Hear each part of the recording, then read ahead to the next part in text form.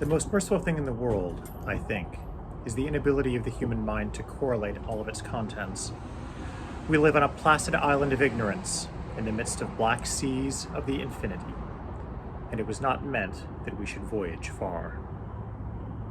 Good evening, friends, and welcome back to Storytime for Adults. So it's Halloween, or All Hallows Eve, or Samhain, if you wish to go all the way back to the Gaelic.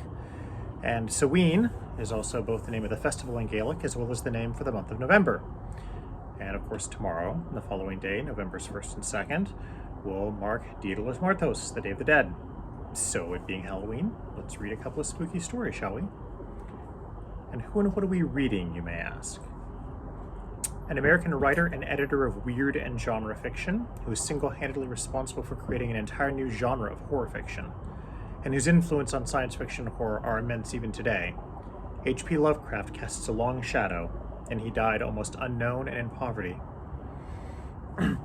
Now, we've read Lovecraft a few times before in Storytime for Adults, in summer and again in October of 2020, and in October of last year. So as a result, I'm going to keep the biographical details on HP a bit scant to give us some time, and we'll discuss again a few of the elephants in the room or controversies surrounding Lovecraft and his writing. So Howard Phillips Lovecraft was born August 20th, 1890 in Providence, Rhode Island. He was the only child of Winfield Scott Lovecraft and Sarah Susan Phillips, from whence Lovecraft received his middle name. When Lovecraft was just 3, his father suffered a psychotic episode at a hotel in Chicago and ended up committed to the Butler Hospital in Providence, Rhode Island, where he would remain for the next 5 years. Then in 1898, when Lovecraft was just 8, his father died. The cause of death was listed as general paresis. This was a polite term used at the time for late-stage syphilis. For the entirety of Lovecraft's life, he would tell people that while he was very young, his father fell into a paralytic state and then a coma from insomnia and overwork. It's not clear if H.P. was simply attempting to conceal the truth out of a desire to save face, or if he himself had been deceived by his family for his entire life. I'm going to skip a bit and hit some high points. Many of his first works in both fiction and journalism were published in the 19-teens when Lovecraft was in his 20s. He was known as a sometimes brutal editor and literary critic. He was married at one point to Sonia Green, a widow 7 years his senior. They only lived together for 4 or so years, economic circumstances driving them apart, though they corresponded for many years after their separation. They did eventually decide to divorce amicably, though H.P. never signed nor filed the final divorce decree, and Sonia Green did not learn of his death until some 9 years later. Lovecraft never managed to support himself or find much financial success from his writing during his lifetime, and given that his mother had come from privilege and money, and that Lovecraft's early life was one of high status, this failure and poverty weighed heavily on him. He died on March 15th, 1937, at the age of 47, of terminal cancer of the small intestine, having avoided doctors for years through symptoms that he called the grippe, due to a pathological fear of the medical profession. So, probably the most prominent elephant in the room when we talk about Lovecraft is that he was, for certainly most of his life, a racist, enough so that his racism was sometimes considered worth remarking on by his friends and correspondents. Now, it is true that racism was a rather common attitude where he lived. Even amidst that environment, though, Lovecraft stood out for his distrust and fear of other races. In fairness, it would be reasonable to say that early in his life, Lovecraft seemed to hold almost everyone who wasn't from white, Anglo-Saxon, Protestant upper-class stock in contempt. This very much included many people who were at the time considered white and prominent. By middle age and his marriage, however, Lovecraft's views had shifted somewhat, and he expressed the general view that assimilation was what was truly important. He appears to have really believed this as well. It's worth noting that in some of Lovecraft's correspondence, he expressed anti-Semitic attitudes rather openly. However, his wife was Jewish, as was his close friend and protege, the author Robert Bloch. In 1934 or so, Lovecraft and his aunt, with whom he was living at the time, spoke to a neighbor who had recently returned from Germany and told them that they'd seen Jewish citizens being abused, and that the pogroms against the Jewish people were not just rumors made up by the hysterical media.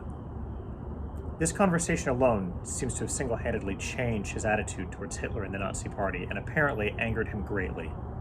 Of course, Lovecraft never lived to see the Second World War or learn of the Holocaust, but a very hard time believing that he would not have been deeply affected by it. By the end of Lovecraft's life, his attitudes towards race seem to have shifted yet again, and again in the direction of much more acceptance, expressing that a real friend of civilization wishes merely to make the Germans more German, the French more French, the Spaniards more Spanish, and so on. And this marks a notable shift since his early days and his barely concealed fears of miscegenation or the race mixing. In fact, this idea, or fear of racial pollution, is a theme in much of the Cthulhu mythos. So that raises a pretty huge question. Why should we be reading him at all? It's a fair question that I think has best been answered by the American science fiction and fantasy author Elizabeth Bear. Because authors are read, beloved, and remembered, not for what they don't do wrong, but for what they do right. And what Lovecraft does right is so incredibly effective.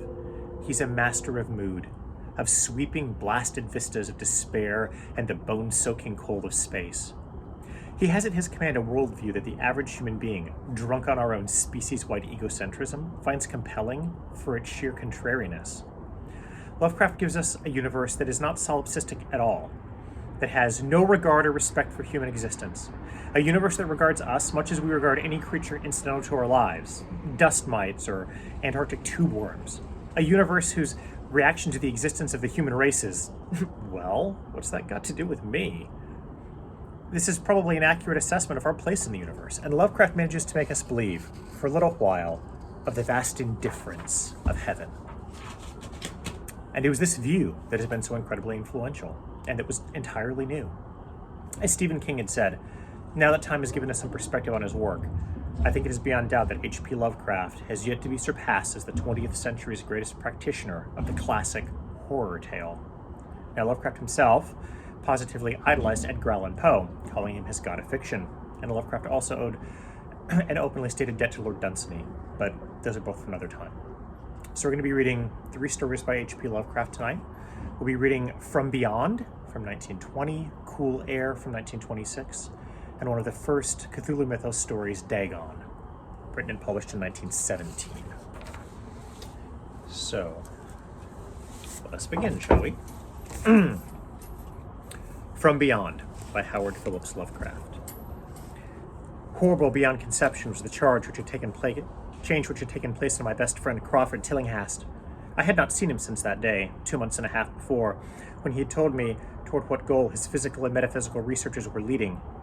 When he had answered my odd and almost frightened remonstrances by driving me from his laboratory and his house in a burst of fanatical rage. I'd known that he now remained mostly shut in the attic laboratory, with that accursed electrical machine, eating little and excluding even the servants. But I'd not thought that a brief period of 10 weeks could so alter and disfigure any human creature. It was not pleasant to see a stout man suddenly grown thin, and it is even worse when the baggy skin becomes yellowed or grayed, the eyes sunken, circled, and uncannily glowing, the forehead veined and corrugated, and the hands tremulous and twitching.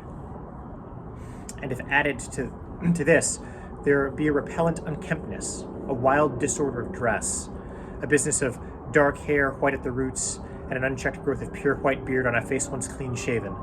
The cumulative effect is quite shocking. But such was the aspect of Crawford Tillinghast on the night his half-coherent message brought me to his door after my weeks of exile. Such the spectre that trembled as it admitted me, candle in hand, and glanced furtively over its shoulder as if fearful of unseen things in the ancient, lonely house set back from benevolent street.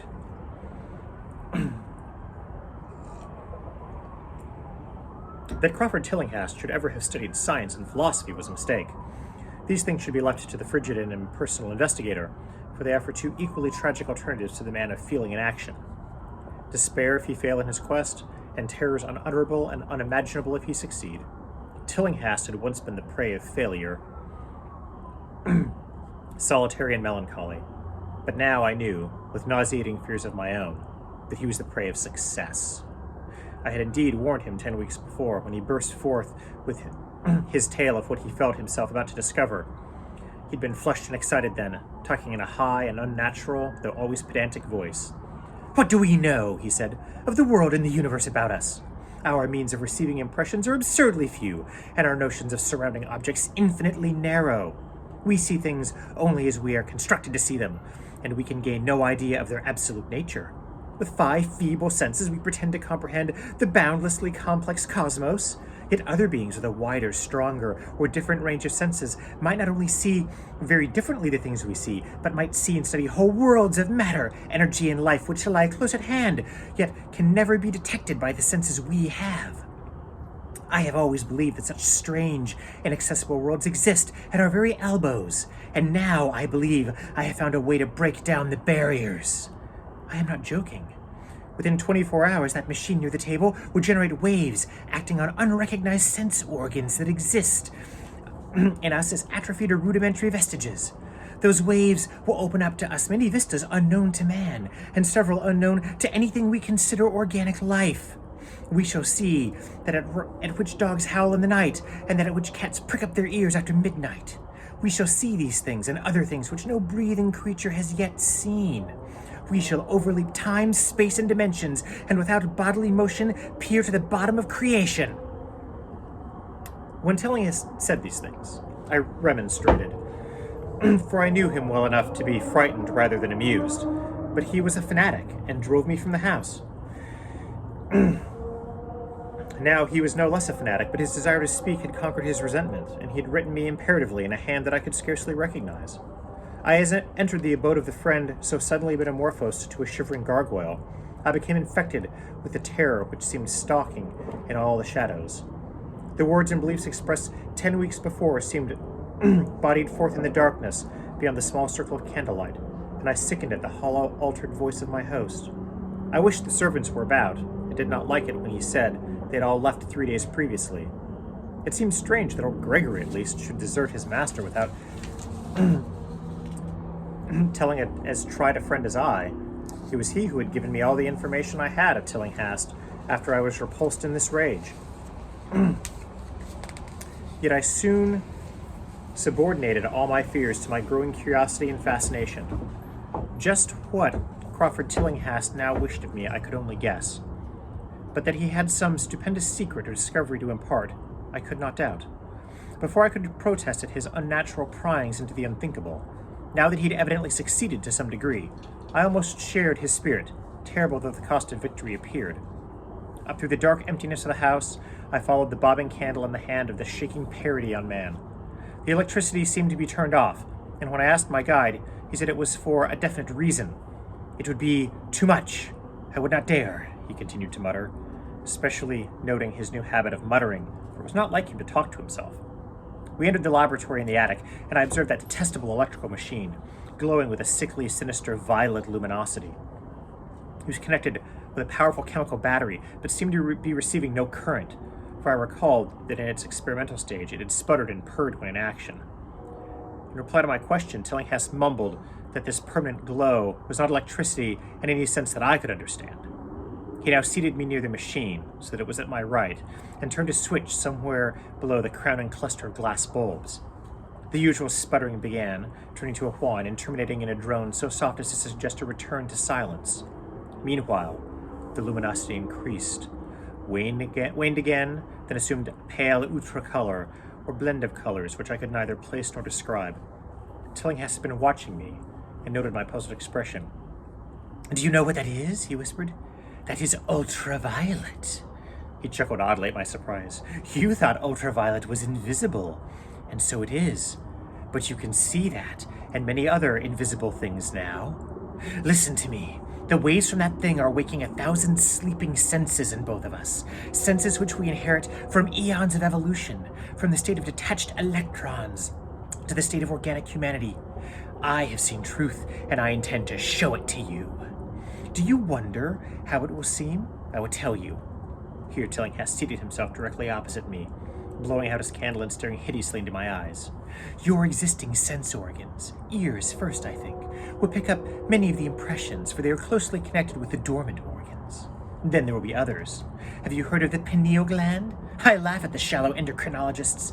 Fellow dupe and fellow pervert of the Freudian. That gland is the great sense organ of organs. I found it. It is like sight in the end, and transmits visual pictures to the brain. If you are normal, that is the way you ought to get most of it. I get most of the evidence from beyond."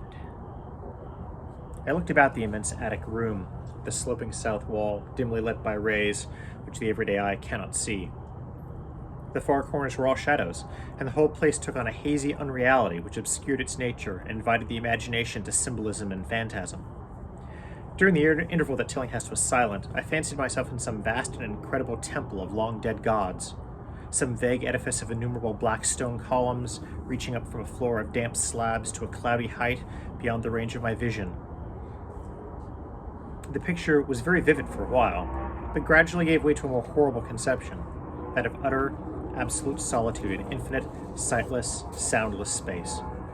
There seemed to be a void, and nothing more, and I felt a childish fear which promised me to draw from my hip pocket the revolver that I always carried after dark since the night that I was held up in East Providence. Then, from the farthest regions of remoteness, the sound softly glided into existence.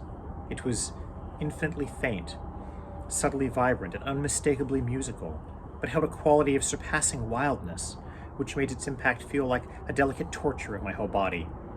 I felt sensations like those one feels when accidentally scratching around glass. Simultaneously, there developed something like a cold draft which apparently swept past me from the direction of the distant sound. As I waited breathlessly, I perceived that both sound and wind were increasing, the effect being to give me an odd notion of myself as tied to a pair of rails in the path of a gigantic approaching locomotive. I began to speak to Tillinghast, and as I did so, all the unusual impressions abruptly vanished. I saw only the man, the glowing machine, and the dim apartment. Tillinghast was grinning repulsively at the revolver, which I had almost unconsciously drawn. But from his expression, I was sure he'd seen and heard as much as I, if not a great deal more. I whispered what I'd experienced, and he bade me to remain as quiet and receptive as possible. "Don't move," he cautioned, "for in these rays we are able to be seen as well as to see. I told you the servants left, but I didn't tell you how.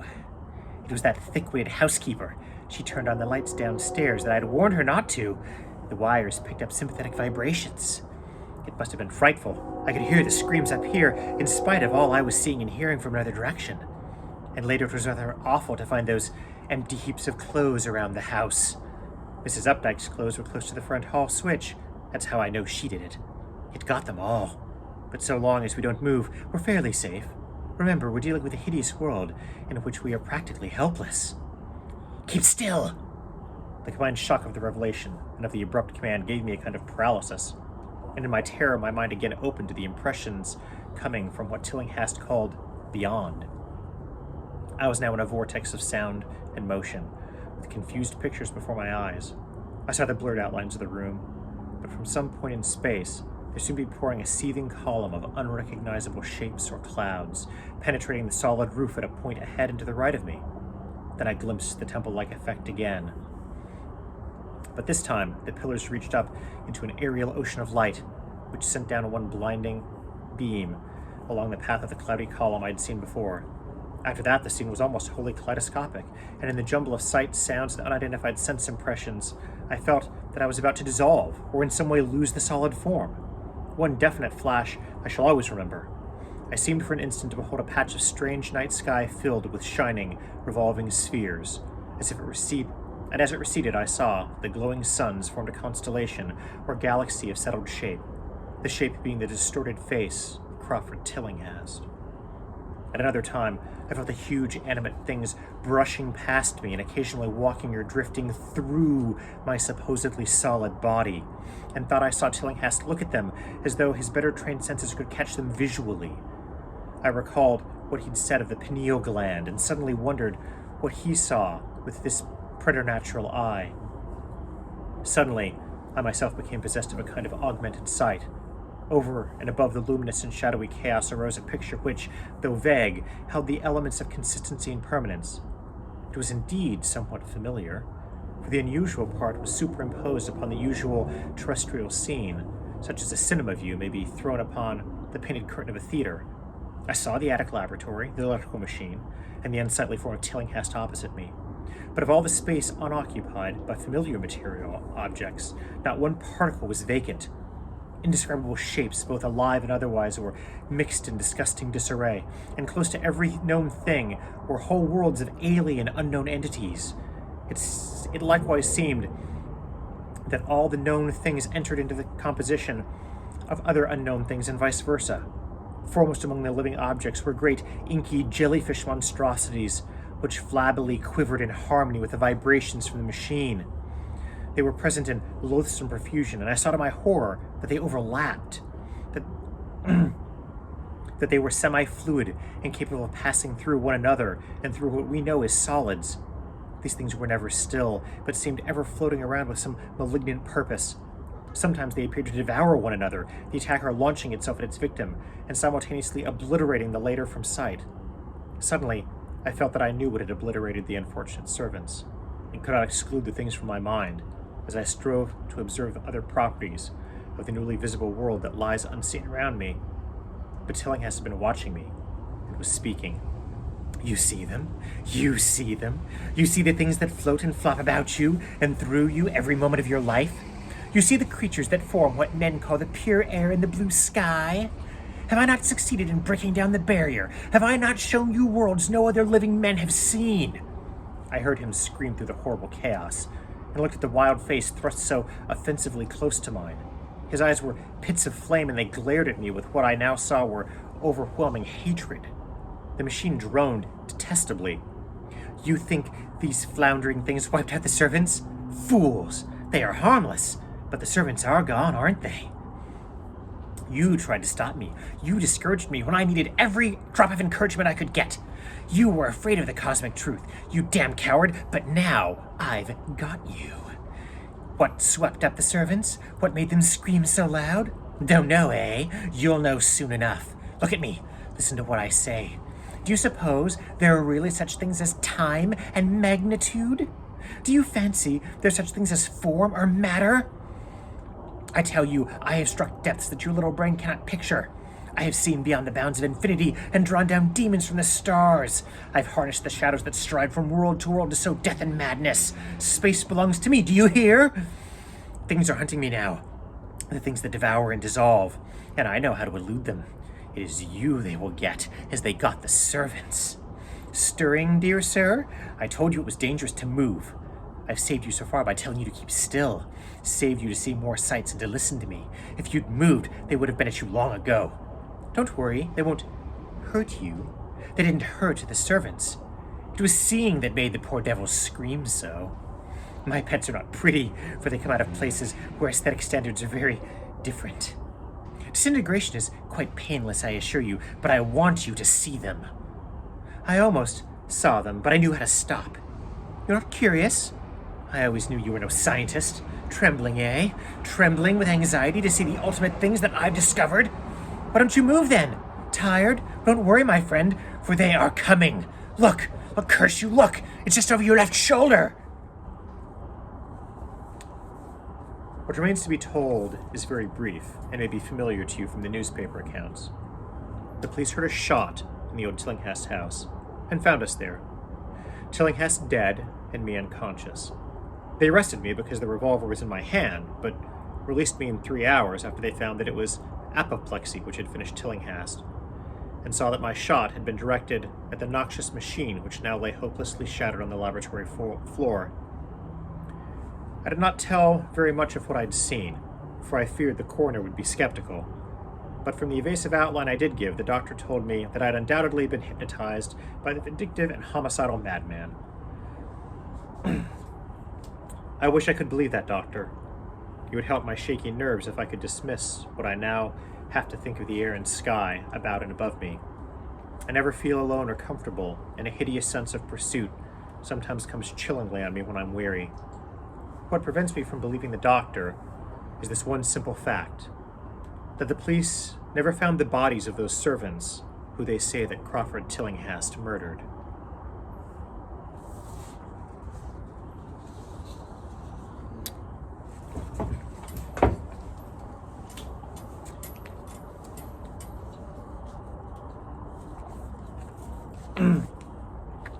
So next we're going to read Cool Air by Lovecraft. I believe it was 1926. You may ask me to explain why I'm afraid of a draft of cool air, why I shiver more than others upon entering a cold room and seem nauseated and repelled by the chill of evening creeps through the heat of a mild autumn day. them are those who say that I respond to cold as others do to a bad odor, and I'm the last to deny the impression. What I will do is to relate the most horrible circumstance I ever encountered, and leave it to you to judge whether or not this forms a suitable explanation for my peculiarity. It is a mistake to fancy that horror is associated inextricably with darkness, silence, and solitude. I found in the glare of mid-afternoon, in the clangor of a metropolis, and the teeming midst of a shabby and commonplace rooming house with a prosaic landlady and 2 stalwart men at my side. In the spring of 1923, I'd secured some dreary and unprofitable magazine work in the city of New York, and being unable to pay any substantial rent, began drifting from one cheap boarding establishment to another in search of a room which might combine the qualities of decent cleanliness and durable furnishings and very reasonable price. It soon developed that I had only a choice between different evils, but after a time I came upon a house on West 14th Street which disgusted me much less than the others that I had sampled. The place was a 4-story mansion of brownstone, dating apparently from the late 40s, and fitted with woodwork and marble, whose staircase and sullied splendor argued a descent from high levels of tasteful opulence. In the rooms, large and lofty, and decorated with impossible paper and ridiculously ornate stucco cornices, there lingered a depressing mustiness and hint of obscure cookery. But the floors were clean, the linen tolerably regular, and the hot water not too often cold or turned off, so that I came to regard it as at least a bearable place to hibernate until one might really live again. The landlady, a slatternly, almost bearded Spanish woman named Herrero, did not annoy me with gossip or with criticisms of the late burning electric light in my 3rd-floor front hall room, and my fellow lodgers were as quiet and uncommunicative as one might desire, being mostly Spaniards a little above the coarsest and crudest grade. Only the dim of streetcars in the thoroughfare below proved a serious annoyance. I'd been there about 3 weeks when the first odd incident occurred. One evening at about 8, I heard a splattering on the floor and became suddenly aware that I had been smelling the pungent odor of ammonia for some time. Looking about, I saw that the ceiling was wet and dripping. The soaking apparently proceeded from a corner on the side towards the street. Anxious to stop the matter at its source, I hastened to the basement to tell the landlady, and was assured by her that the trouble would quietly be set right. "Dr. Munoz," she cried as she rushed upstairs ahead of me. "He have spilled his chemicals. He is too sick for doctor himself. Sicker and sicker all the time. But he will not have others for help. He sees very queer in his sickness. All day he take funny-smelling baths, and he cannot get excited or warm. All his own housework he do. His little room are full of bottles and machines, and he do not work as doctor. But he was great once. My father in Barcelona have heard of him, and only just now he fixed the arm of a plumber that get hurt of a sudden. He never go out, only on the roof, and my boy Esteban, he bring him his food and laundry and medicines and chemicals. My God, the salamoniac that man use, for to keep him cool." Mrs. Herrero disappeared by the staircase to the 4th floor, and I turned to my room. The ammonia ceased to drip, and as I cleaned up what had spilled and opened the window for air, I heard the landlady's heavy footsteps above me. Dr. Munoz I had never heard, save for certain sounds, as of some gasoline-driven mechanism, since his step was soft and gentle. I wondered for a moment what the strange affliction of this man might be, and whether his obstinate refusal to outside aid were not the result of a rather baseless eccentricity. There is, I reflected tritely, an infinite deal of pathos in the state of an eminent person who has come down in the world. I might never have known Dr. Munoz had it not been for the heart attack that suddenly seized me one afternoon as I sat writing in my room. The physicians had told me of the danger of these spells, and I knew there was no time to be lost. So remembering what the landlady had said about the invalid's help of the injured workman, I dragged myself upstairs and knocked feebly at the door above me. My knock was answered in good English by a curious voice some distance to the right, asking my name and business, and these things being stated, there came an opening of the door next to me, to the one that I had sought. A rush of cool air greeted me, and though the day was one of the hottest of late June, I shivered as I crossed the threshold into a large apartment whose rich and tasteful decoration surprised me in this nest of squalor and seediness. A folding couch now filled its diurnal roll of sofa, and the mahogany furniture, sumptuous hangings, old paintings, and mellowed bookshelves all bespoke a gentleman's study rather than a boarding-house bedroom.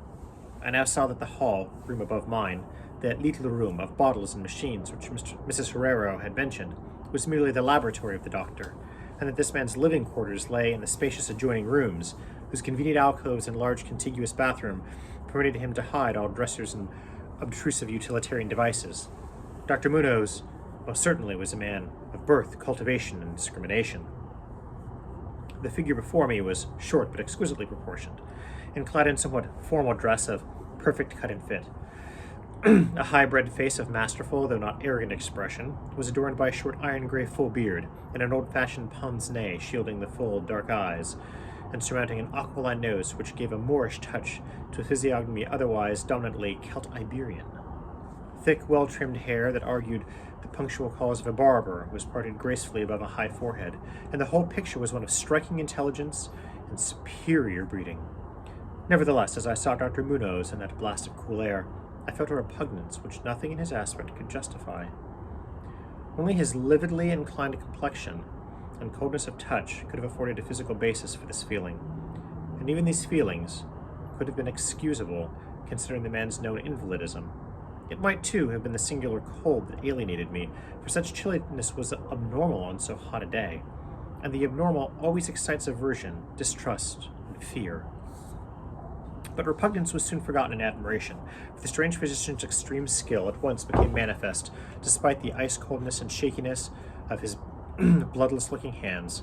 He clearly understood my needs at a glance, and ministered to them with a master's deftness, the while reassuring me in a finely modulated, though oddly hollow and timbreless voice, that he was the bitterest of sworn enemies to death, and had sunk his fortune and lost all his friends in a lifetime of bizarre experiments devoted to its bafflement and extirpation.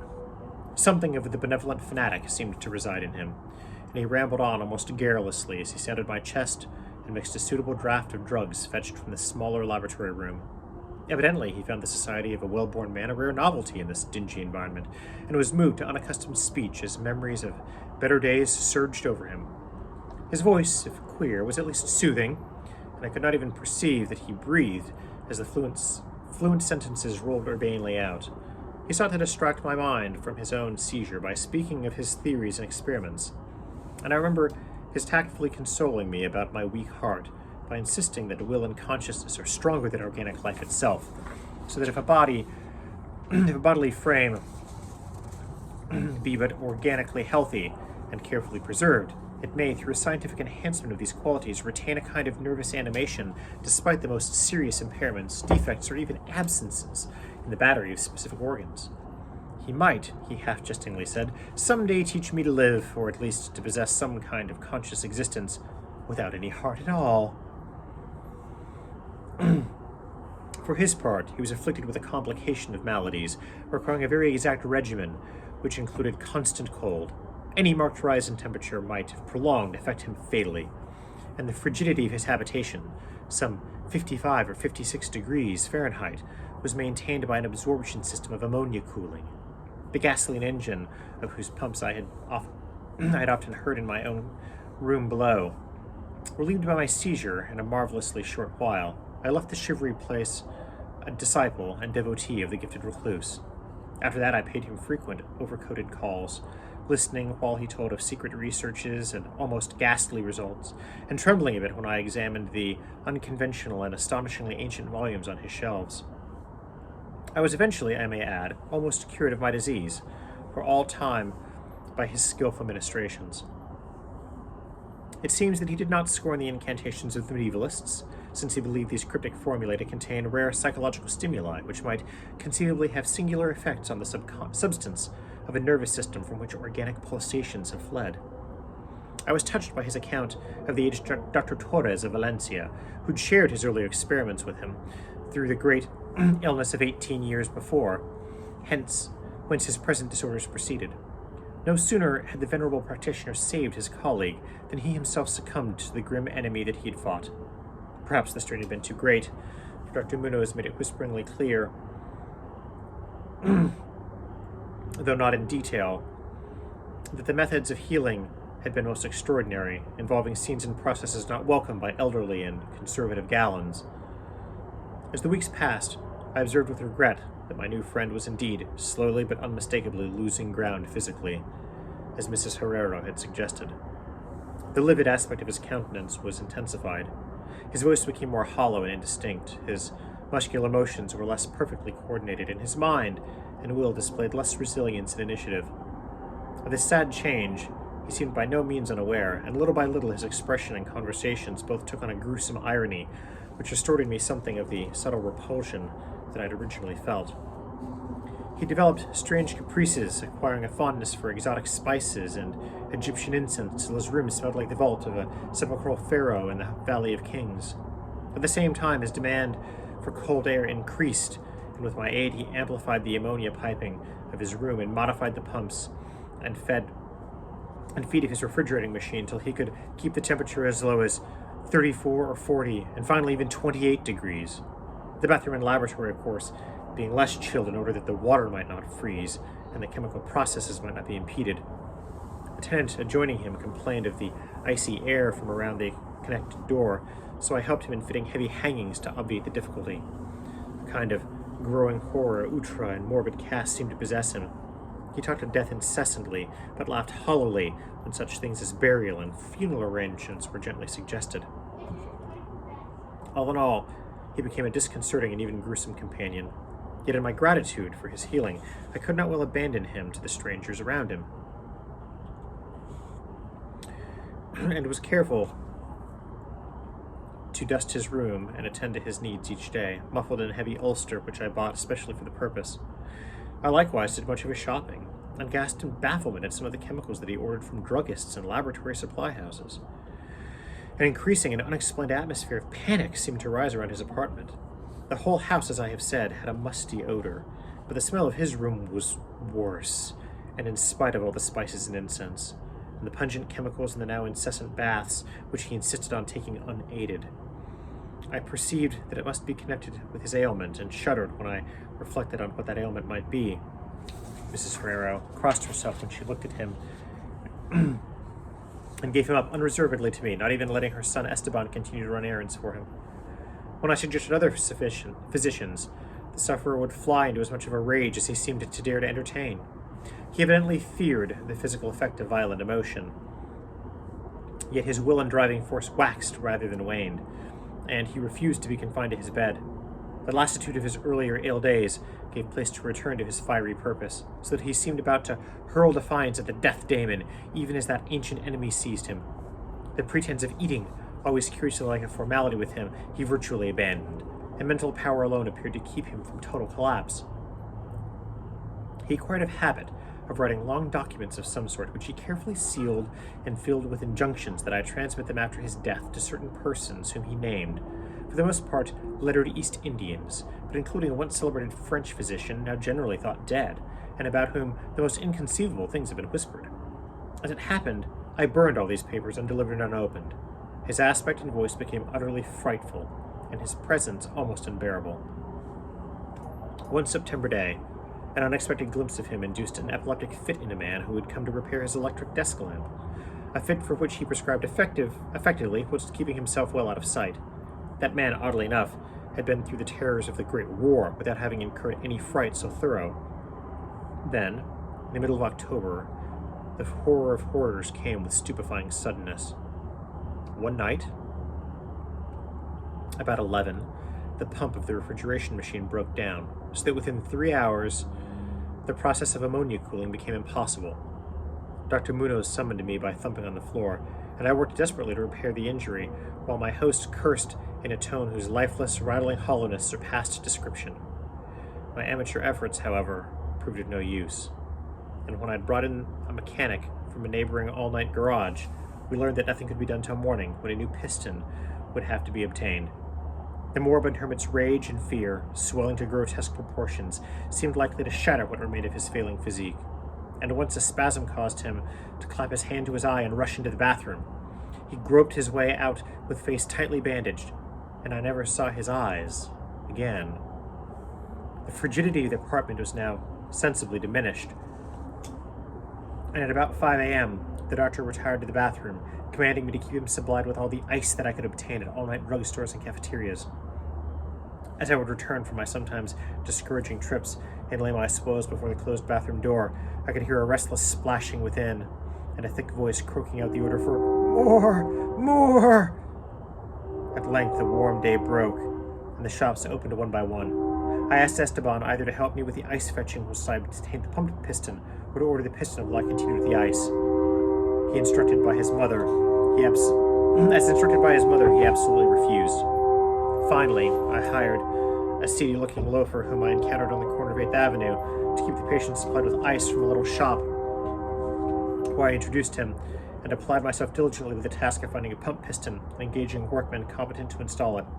The task seemed interminable, and I raged almost as violently as the hermit when I saw the hours slipping by in a breathless, foodless round of vain telephoning and a hectic quest from place to place, hither and thither by subway and surface car. About noon, I encountered a suitable supply house far downtown, and at approximately 1:30 p.m. arrived at my boarding house with the necessary paraphernalia and 2 sturdy and intelligent mechanics. I had done all I could, and hoped I was in time. Black terror, however, had preceded me. The house was in utter turmoil, and above the chatter of odd voices I heard a man praying in a deep basso. Fiendish things were in the air, and lodgers told over the beads of their rosaries as they caught the odor from beneath the doctor's closed door. The lounger I'd hired, it seemed, had fled screaming and mad-eyed not long after his second delivery of ice, perhaps as a result of excessive curiosity. He could not, of course, have locked the door behind him, yet it was now fastened, presumably from the inside. There was no sound within, save the nameless sort of slow, thick dripping. Briefly consulting with Mrs. Herrero and the workmen, despite a fear that gnawed my inmost soul, I advised the breaking down of the door. The landlady found a way to turn the key from the outside with some wire device. We'd previously opened the doors of all the other rooms on that hall and flung all the windows to the very top. Now, noses protected by handkerchiefs, we tremblingly invaded the accursed south room, which blazed with the warm sun of early afternoon. A kind of dark, slimy trail led from the open bathroom door to the hall door, and hence to the desk, where a terrible little pool had accumulated. Something was scrawled there in pencil, in an awful blind hand on a piece of paper, hideously smeared as though by the very claws that traced the hurried last words. Then the trail led to the couch and ended unutterably. What was or had been on the couch I cannot and dare not say here, but this is what I shiveringly puzzled out on the stickily smeared paper before I drew a match and burned it to a crisp. What I puzzled out in terror as the landlady and 2 mechanics rushed frantically from that hellish place to babble their incoherent stories at the nearest police station.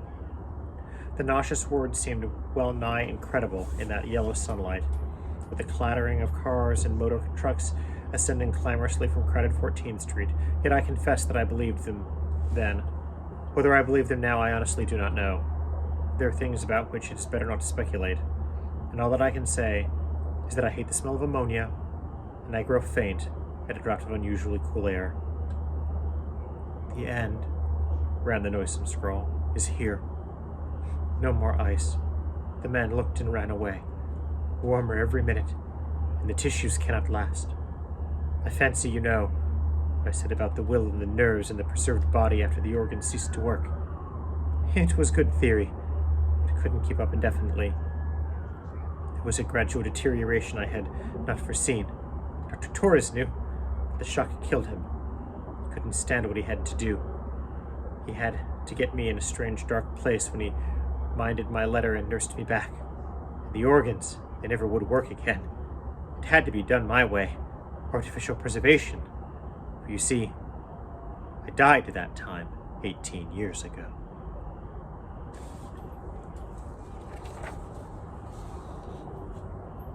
The end. And so we have one more story by Howard tonight, by Mr. Lovecraft. I'm going to read a story titled Dagon. It is an early story in the Cthulhu mythos.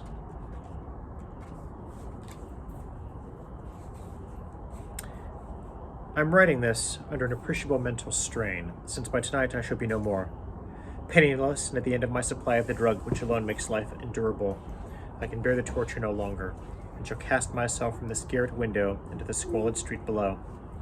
I do not think for my slavery to morphine that I am a weakling or a degenerate. When you have read these hastily scrawled pages, you may guess, though never fully realize, why it is that I must have forgetfulness or death. It was in one of the most open and least frequented parts of the broad Pacific that the packet of which I was supercargo fell a victim to the German sea raider. The Great War was then at its very beginning, and the ocean forces of the Hun had not completely sunk to their later degradation, so that our vessel was made a legitimate prize, whilst we of her crew were treated with all the fairness and consideration due us as naval prisoners. So liberal, indeed, that the discipline of our captors, 5 days after we were taken, I managed to escape alone in a small boat with water and provisions for a good length of time. When I finally found myself adrift and free, I had but little idea of my surroundings. Never a competent navigator, I could only guess vaguely, by the sun and stars, that I was somewhat south of the equator. Of the longitude I knew nothing, and no island or coastline was in sight. The weather kept fair, and for uncounted days I drifted aimlessly beneath the scorching sun, waiting either for some passing ship or to be cast on the shores of some habitable land. But neither ship nor land appeared, and I began to despair in my solitude upon the heaving vastnesses of unbroken blue. The change happened whilst I slept. Its details I shall never know, for my slumber, though troubled and dream-infested, was continuous. When at last I awaked, it was to discover myself half sucked into a slimy expanse of hellish black mire which extended about me in monotonous undulations as far as I could see, and in which my boat lay grounded some distance away. Though one might well imagine that my first sensation would be of wonder at so prodigious and unexpected a transformation of scenery, I was in reality more horrified than astonished, for there was in the air and in the rotting soil a sinister quality which chilled me to the very core. The region was putrid with the carcasses of decaying fish and of other less describable things which I saw protruding from the nasty mud of the unending plain. Perhaps I should not hope to convey in mere words the unutterable hideousness that can dwell in absolute silence and barren immensity. There was nothing within hearing, nothing in sight save a vast reach of black slime, yet the very completeness of the stillness and the homogeneity of the landscape oppressed me with a nauseating fear. The sun was blazing down from a sky which seemed to me almost black in its cloudless cruelty, as though reflecting the inky marsh beneath my feet. As I crawled into the stranded boat, I realized that only one theory could explain my position. Through some unprecedented volcanic upheaval, a portion of the ocean floor must have been thrown to the surface, exposing regions which for innumerable millions of years had lain hidden under unfathomable watery depths. So great was the extent of the new land which had risen beneath me, that I could not detect the faintest noise of the surging ocean, strain my ears as I might. Nor were there any seafowl to prey upon the dead things. For several hours I sat thinking or brooding in the boat, which lay upon its side and afforded a slight shade from the sun moving across the heavens. As the day progressed, the ground lost some of its stickiness, and seemed likely to dry sufficiently for traveling purposes in a short time. That night I slept but little, and the next day I made for myself a pack containing food and water, preparatory for an overland journey in search of the vanished sea and possible rescue. On the third morning I found the soil dry enough to walk upon with ease. The odor of the fish was maddening, but I was too much concerned with graver things to mind so slight an evil, and set out boldly for an unknown goal. All day I forged steadily westward, guided by a faraway hummock which rose higher than any other elevation on the rolling desert. That night I encamped, and on the following day still traveled towards the hummock, though that object seemed scarcely nearer than when I had first espied it. By the fourth evening I attained the base of the mound, which turned out to be much higher than it had appeared from a distance, an intervening valley setting it out in sharper relief from the general surface. Too weary to ascend, I slept in the shadow of the hill. I know not why my dreams were so wild that night, but ere the waning and fantastically gibbous moon had risen far above the eastern plain, I was awake, in a cold perspiration, determined to sleep no more. Such visions as I had experienced were too much for me to endure again, and in the glow of the moon I saw how unwise it had been to travel by day. Without the glare of the parching sun, my journey would have cost me less energy. Indeed, I now felt quite able to perform the ascent, which had deterred me at sunset. Picking up my pack, I started for the crest of the eminence. I have said that the unbroken monotony of the rolling plain was a source of vague horror to me, but I think my horror was greater when I gained the summit of the mound and looked down the other side into an immeasurable pit or canyon, whose black recesses the moon had not yet soared high enough to illume. I felt myself on the edge of the world, peering over the rim into a fathomless chaos of eternal night. Through my terror ran curious reminiscences of Paradise Lost and of Satan's hideous climb through the unfathomable realms of darkness. As the moon climbed higher in the sky, I began to see that the slopes of the valley were not quite so perpendicular as I'd imagined. Ledges and outcroppings of rock afforded fairly easy footholds for a descent. Just after a drop of a few hundred feet, the declivity became very gradual. Urged on by my impulse, which I cannot definitely analyze, I scrambled with difficulty down the rocks and stood on the gentler slope beneath, gazing into the Stygian deeps where no light had yet penetrated. All at once, my attention was captured by a vast and singular object on the opposite slope, which rose steeply about 100 yards ahead of me, an object that gleamed whitely in the neatly bestowed rays of the ascending moon. That it was merely a gigantic piece of stone, I soon assured myself, but I was conscious of a distant impression that its contour and positions were not altogether the work of nature. A closer scrutiny filled me with sensations I cannot express, for despite its enormous magnitude and its position in an abyss which had yawned at the bottom of the sea since the world was young, I perceived beyond doubt that the strange object was a well-shaped monolith, whose massive bulk had known the workmanship, and perhaps the worship, of living and thinking creatures. Dazed and frightened, yet not without a certain thrill of the scientist's or archaeologist's delight, I examined my surroundings more closely. The moon, now near the zenith, shone weirdly and vividly above the towering steps that hemmed in the chaos, and revealed the fact that a far-flung body of water flowed at the bottom, winding out of sight in both directions, and almost lapped my feet as I stood on the slope. Across the chasm, the wavelets washed the base of the cyclopean monolith, on whose surface I could now trace both inscriptions and crude sculptures. The writing was in a system of hieroglyphics unknown to me, and unlike anything I'd ever seen in books, consisting for the most part of conventionalized aquatic symbols such as fishes, eels, octopi, crustaceans, mollusks, whales, and the like. Several characters obviously representing marine things which are unknown to the modern world, but whose decomposing forms I had observed on the ocean-risen plain. It was the pictorial carving, however, that did most to hold me spellbound. Plainly visible across the intervening water on account of their enormous size were an array of bas-reliefs whose subjects would have excited the envy of a Dore. I think that these things were supposed to depict men, at least a certain sort of men, though the creatures were shown disproportioning like fishes in the water of some marine grotto, or paying homage at some monolithic shrine which appeared to be under the waves as well. Of the faces and forms I dare not speak in detail, for the mere remembrance makes me grow faint. Grotesque beyond the imaginations of a Poe or a Bulwer, they were damnably human in general outline, despite webbed hands and feet, shockingly wide and flabby lips, glassy, bulging eyes, and other features less pleasant to recall. Curiously enough, they seemed to have been chiseled badly out of proportion with their scenic background, for one of the creatures was shown in the act of killing a whale, represented as but little larger than himself. I remarked, as I saw their grotesqueness and strange size, but in a moment decided that they were merely the imaginary gods of some primitive fishing or seafaring tribe, some tribe whose last descendant had perished eras before the first ancestor of Piltdown or Neanderthal man was born. Awestruck at this unexpected glimpse into a past beyond the conception of the most daring anthropologist, I stood musing, whilst the moon cast queer reflections on the silent channel before me.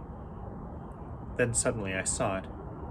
With only a slight churning to mark its rise to the surface, the thing slid into view above the dark waters. Vast, Polyphemus-like and loathsome, it darted like a stupendous monster of nightmares to the monolith, about which it flung its gigantic scaly arms, the while it bowed its hideous head and gave vent to certain measured sounds. I think I went mad then. Of my frantic ascent of the sloping cliff, and of my delirious journey back to the stranded boat, I remember very little. I believe I sang a great deal, and laughed audibly when I was unable to sing. I have indistinct recollections of a great storm sometime after I reached the boat. At any rate, I know that I heard peals of thunder and other tones which nature utters only in her wildest moods. When I came out of the shadows, I was in San Francisco Hospital, brought hither by the captain of the American ship which had picked up my boat in mid-ocean.